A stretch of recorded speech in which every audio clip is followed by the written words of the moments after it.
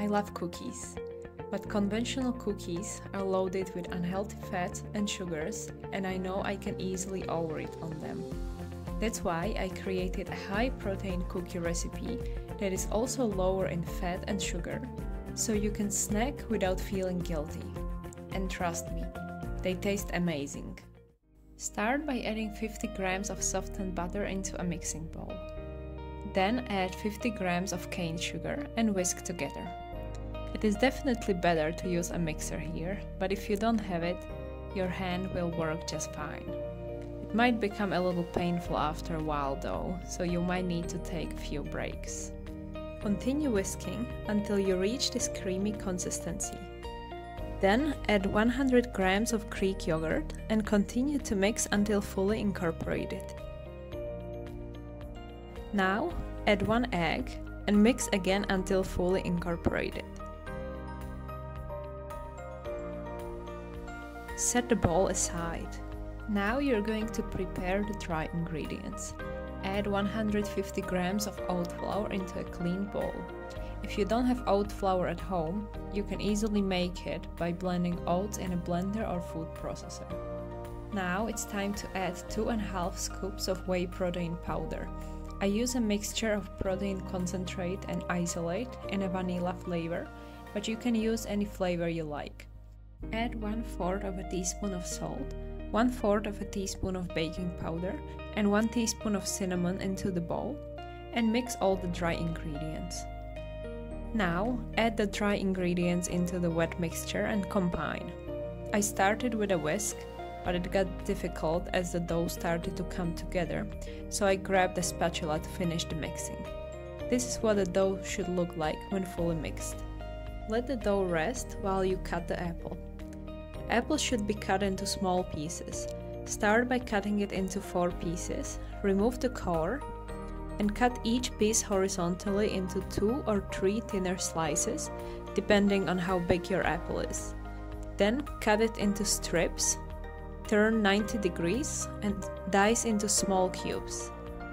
Add the diced apple into the cookie dough and combine with a spatula.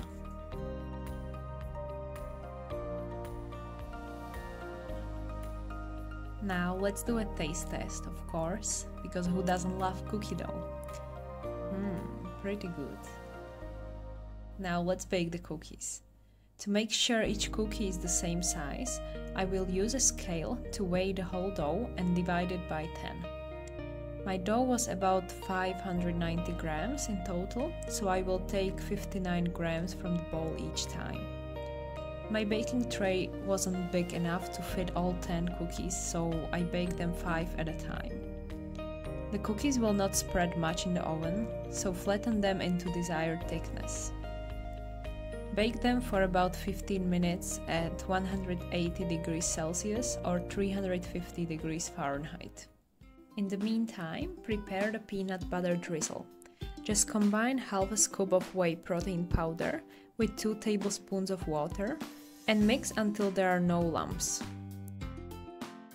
Then add 2 tablespoons or 28 grams of peanut butter and mix again.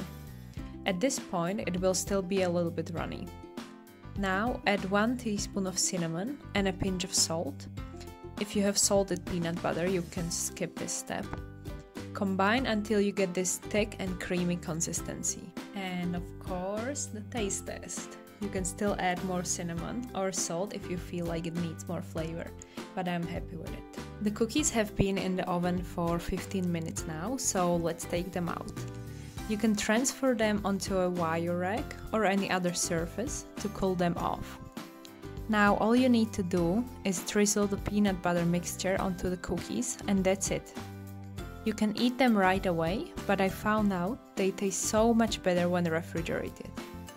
One cookie has 11.5 grams of protein and 195 calories. They are really filling, and because of the high protein content, they won't raise your blood sugar and you will feel satiated. I often eat 2 of these cookies for breakfast, paired with some plain Greek yogurt or a glass of milk, and I get a tasty balanced breakfast that satisfies my sweet tooth as well as my needed morning protein intake.